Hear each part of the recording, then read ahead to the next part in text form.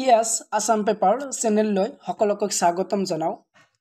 যিসকল student Guwahati university আণ্ডাৰত second ছেমিষ্টাৰত পঢ়ি আছা, তো সেইসকল ষ্টুডেণ্টৰ কাৰণে আজিৰ ভিডিঅ' অত্যন্ত গুৰুত্বপূৰ্ণ হ'বলৈ গৈ আছে, যিহেতু ইতিমধ্যে তোমালোকে ফাৰ্ষ্ট ছেমিষ্টাৰ এক্সাম দি আহিছে। তো তোমালোকে ফাৰ্ষ্ট ছেমিষ্টাৰৰ কেতিয়া ৰেজাল্টটো দিয়া হ'ব, তো সেইখিনি তোমালোকৰ আগত আজি আলোচনা কৰিম।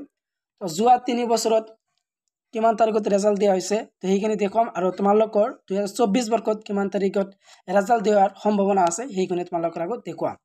তো ফাৰ্ষ্ট ছেমিষ্টাৰৰ result date, year of exam, result declare.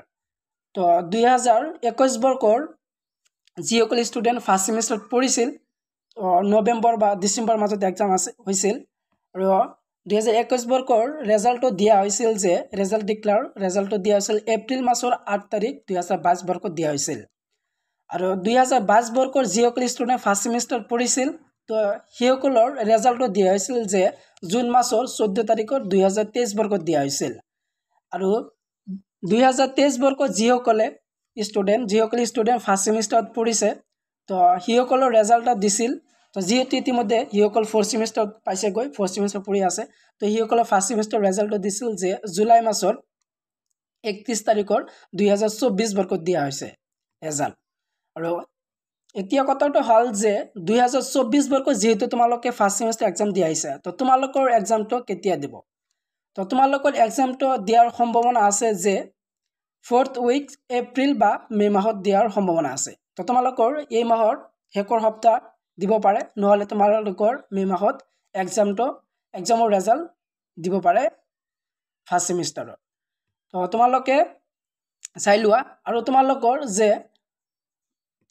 ৰেজাল্টটো দিলে তোমালোকে কেনেকৈ ৰেজাল্ট চেক কৰিবা, তো সেইখিনি কথা তোমালোকৰ আগত আজি দেখুৱাম। তো ষ্টেপ বাই ষ্টেপ তোমালোকে চাই লোৱা, আৰু তোমালোকক কোন ৱেবছাইটে তোমালোকৰ ৰেজাল্টটো প্ৰকাশ কৰিব সেই ৱেবছাইটটো তোমালোকৰ দেখুৱাই দিম, আৰু কেনেদৰে তোমালোকে ফাৰ্ষ্ট ছেমিষ্টাৰ ৰেজাল্টটো চাবা, তো সেইখিনি তোমালোকক ষ্টেপ বাই ষ্টেপ তোমালোকৰ আগত দেখুৱাম।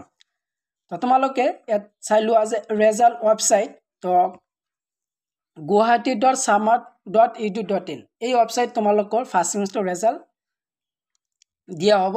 তো এই ৱেবছাইটটো কেনেদৰে তোমালোকে চেক কৰিবা ৰেজাল্ট, তো সেইখিনি তোমালোকে চাই লোৱা। প্ৰথমত তোমালোকৰ নিজৰ মোবাইলৰ যিকোনো এখন ব্ৰাউজাৰত যাবা, গুগল বা ক্ৰম ব্ৰাউজাৰত যাবা। তো ক্ৰম বা গুগল ব্ৰাউজাৰ যাই তোমালোকে চাৰ্চ কৰি দিবা যে guwahati.samart.edu.in। তো এইটো ৱেবছাইট তোমালোকৰ চাৰ্চ কৰিব লাগিব, নহ'লে এই ৱেবছাইটটো লিংকটো তোমালোকৰ ডিছক্ৰিপশ্যনত দিয়া থাকিব এই ভিডিঅ'ৰ, তাৰ পৰা তোমালোকে চাব পাৰা। তো তোমালোকে যে guwahati.samart.edu.in তোমালোকে চাৰ্চ কৰিবা। তো চাৰ্চ কৰাৰ পিছত তোমালোকৰ এনেদৰে ইণ্টাৰফেচ খুলিব। তো এনেদৰে ইণ্টাৰফেচ খোলাৰ পিছত প্ৰথমত তোমালোকে যিটো ৱেবছাইট পাবা যে student sign in, student portal guwahati.samart.edu.in। তো প্ৰথমত যিটো ৱেবছাইট আছে, তো প্ৰথম ৱেবছাইটটো তোমালোকে ক্লিক কৰি দিবা। তো প্ৰথম ৱেবছাইটটো ক্লিক কৰি দিয়াৰ পিছত তোমালোকৰ এনেদৰে ইণ্টাৰফেচ খুলিব যে Guwahati university student sign in. তোমালোকৰ ইনৰলমেণ্ট নাম্বাৰ আৰু পাছৱৰ্ড দিব লাগিব। তো ইনৰলমেণ্ট নাম্বাৰ নহ'লে তোমালোকৰ এডমিট কাৰ্ডৰ যিটো ৰেজিষ্ট্ৰেশ্যন নাম্বাৰ দিয়া আছে, তো এইখিনি দিব লাগিব। তো তোমালোকৰ যে ৰেজিষ্ট্ৰেশ্যন নাম্বাৰ, ইনৰলমেণ্ট নাম্বাৰ আৰু তোমালোকৰ নিজৰ যিটো পাছৱৰ্ড আছে, তো পাছৱৰ্ডটো দি দিবা। তো দিয়াৰ পিছত তোমালোকে লগ ইনত ক্লিক কৰি দিবা। লগ ইনত ক্লিক কৰি দিয়াৰ পিছত তোমালোকে এনেদৰে ইণ্টাৰফেচ খুলিব। তেনেদৰে ইণ্টাৰফেচ খোলাৰ পিছত তোমালোকৰ যিটো নিজৰ আইডি আছে, আইডিটো খোল খাব, আৰু তোমালোকৰ ওপৰত বোলে তোমালোকে পাবা যে 3 ডট লাইন। তো 3 ডট লাইন যেতিয়া তোমালোকে ক্লিক কৰি দিবা, তো এনেধৰণে ইণ্টাৰফেচ খুলিব। তেনেদৰে ইণ্টাৰফেচ খোলাৰ পিছত তোমালোকে টন পিলে তোমালোকে চেক কৰিবা। তো টন পিনে তোমালোকে দেখিবলৈ পাবা যে এক্সামিনেশ্যনৰ তোমালোকে পাই যাবা যে গ্ৰেড কাৰ্ড বুলি লিখা দিয়া আছে। তো গ্ৰেড কাৰ্ডত তোমালোকে ক্লিক কৰি দিবা।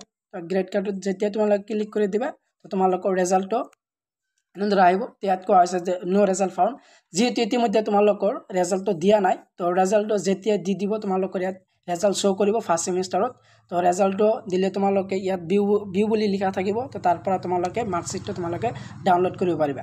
তো এনেধৰণে তোমালোকে যে ফাৰ্ষ্ট ছেমিষ্টাৰৰ BA BSc BCom তোমালোকৰ ৰেজাল্টটো এনেদৰে চাব পাৰা।